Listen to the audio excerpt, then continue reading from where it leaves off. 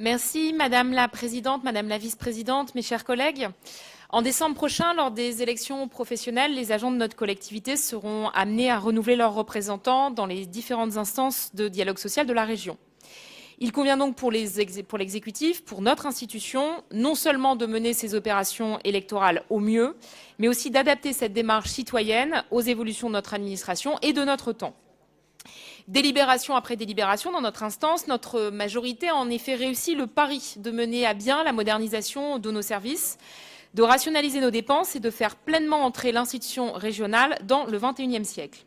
Nous avons notamment mis en place de nouvelles formes de travail plus modernes, plus collaboratives, plus responsables en matière environnementale. En un mot, à la fin du mandat, nous aurons véritablement créé une administration 2.0 grâce à vous notamment, Madame la Vice-Présidente. Une administration moderne, c'est aussi une administration qui fait de la place à chacun et donne notamment toute sa place aux femmes. Il faut être lucide, dans la représentation syndicale comme ailleurs, les femmes sont encore trop peu représentées.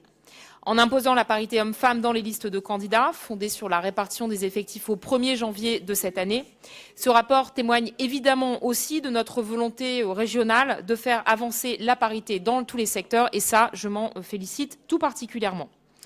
J'en viens ensuite au cœur même de cette délibération, à savoir évidemment la mise en place du vote électronique pour les élections professionnelles. Rapidité, fiabilité, réduction des frais de matériel électoral et de l'empreinte écologique évidemment.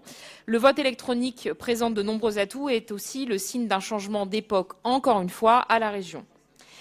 Un vote à distance, c'est enfin la possibilité de participer au scrutin sur plusieurs jours, ce qui permettra sans nul doute de réduire l'abstention aux élections professionnelles et en l'occurrence, nous en avons bien besoin. Vous l'aurez compris, ces mesures témoignent encore une fois, Madame la Présidente, Madame la Vice-Présidente, de toute votre volonté de moderniser les instances de notre région. Nous voterons donc avec enthousiasme ce rapport. Je vous en remercie.